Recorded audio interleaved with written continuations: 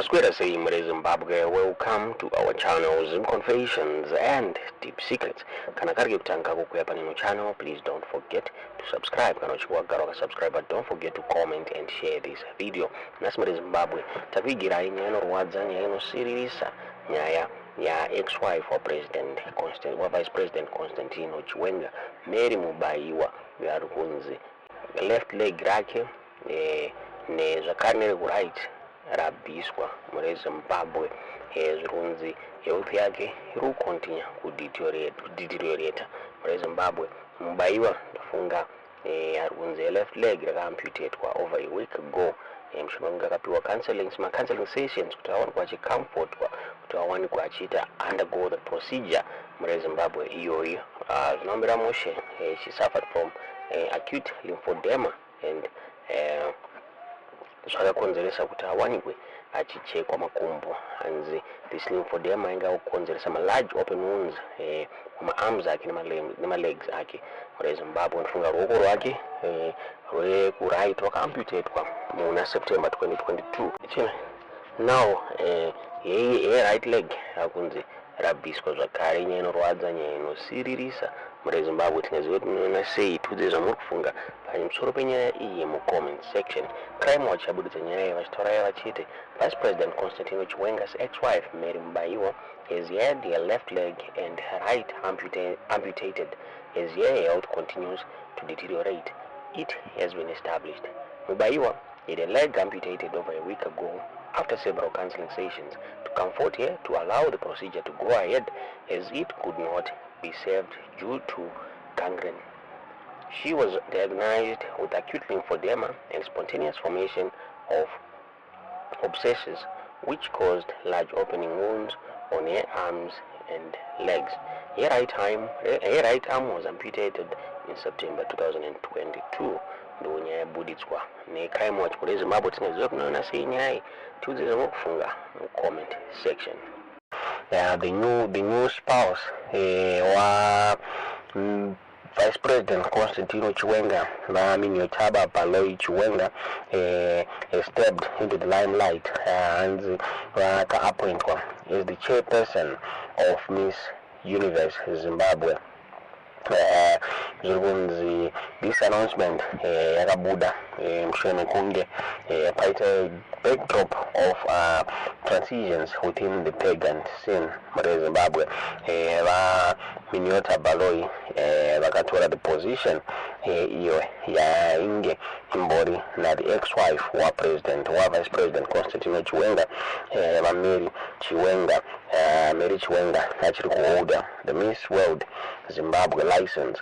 She was the one the chairperson of Miss Universe Zimbabwe. So zviri kunzi this post yatwa take over na nemukadzi mutsva wa vice president Constantino Chiwenga Miniota Baloi muri Zimbabwe. Last year ndofunga Brooke Jackson represent Zimbabwe at the Miss Universe pageant ku El Salvador muri Zimbabwe. A signal inova yakaratidza a return for a nation mukucontesta this international pageant muri Zimbabwe. So recent launch the upcoming event of the Miss Universe Zimbabwe, Miniota Baloi Chiwenga express admiration for Brooke Jackson's performance muri Zimbabwe. Miniota Baloi, besides a newfound role in the pageant world, Zikano. She operates in upscale boutiques. I understand the brand Good Style by Mini Harimu Harare Shakari. She's known for her linguistic prowess. Muri Zimbabwe wanotaura several languages, anosanganisira Mandarin, French ne Zulu. Muri Zimbabwe Zakari, she's a Chinese translator. Anoshanda government is a Chinese translator. Zakari is a lecturer in Mandarin from various institutions in Zimbabwe. Zimbabwe Zimbabwe. Ndofunga the previous holder of Miss Universe Zimbabwe license, Mary Mubaiwa, akawanikwa achireplace kwa Mini Baloi, even some cards wa Vice President Constantino Chiwenga, Mshele Mekunge, pakaita legal battles haisanganisira the attempted murder on the Vice President during his medical treatment in South Africa. I was staying the chairperson where Miss Universe Zimbabwe ndofunga yero pana during yero pana scandals akatendera pachitaura ipo pachinzi achipiwa accusations ekuti she was holding the pregnant at ransom. There was too much involvement of my military and my political figures since very distractor the glamour here this board Zimbabwe. So Zimbabwe is anticipated the upcoming Miss Universe. All eyes are on Miniyotaba Baloi Chiwenga kuti waone kuti achaperforma sei paroi. Ndofuna Mary Chiwenga akambobuda achikomplena zvakare achiti Miniyotaba akauya kuzotora everything from here, akachema achiti akatorerwa even vana vake zvichinzi haasi kukwanisa kuona vana vake vana vari kugara naMiniyotaba Baloi muri Zimbabwe, chinzi kubva varambane naVice President Constantino Chiwenga haasi kubvumidzwa kuona vana vake muri Zimbabwe, chinzi zvakare the new spouse wa Constantino Chiwenga Miniyotaba Baloi, since she lied kuti she was a nurse during the time Chiwenga yanga ari mu hospital. Mary asikazive kuti vanga vakutodanana Vice President Constantino Chiwenga. Ndofunga the president vakataura during the wedding ya Miniyotaba na VP Chiwenga, akataura iye achiti nguva yanga achiri nguva president yanga achiri the minister with defense, the two vanga vakutoonana muri Zimbabwe. Tisingazive kuti unoiona sei. Taura kunoko Mary Chiwenga akamirira nyaya dzake. Ndofunga akaatenda akaita court appearances akawanda nyaya yake yakambomiswa nenyaya yekuti zviri kunzi haasi kunzwa zvakanaka.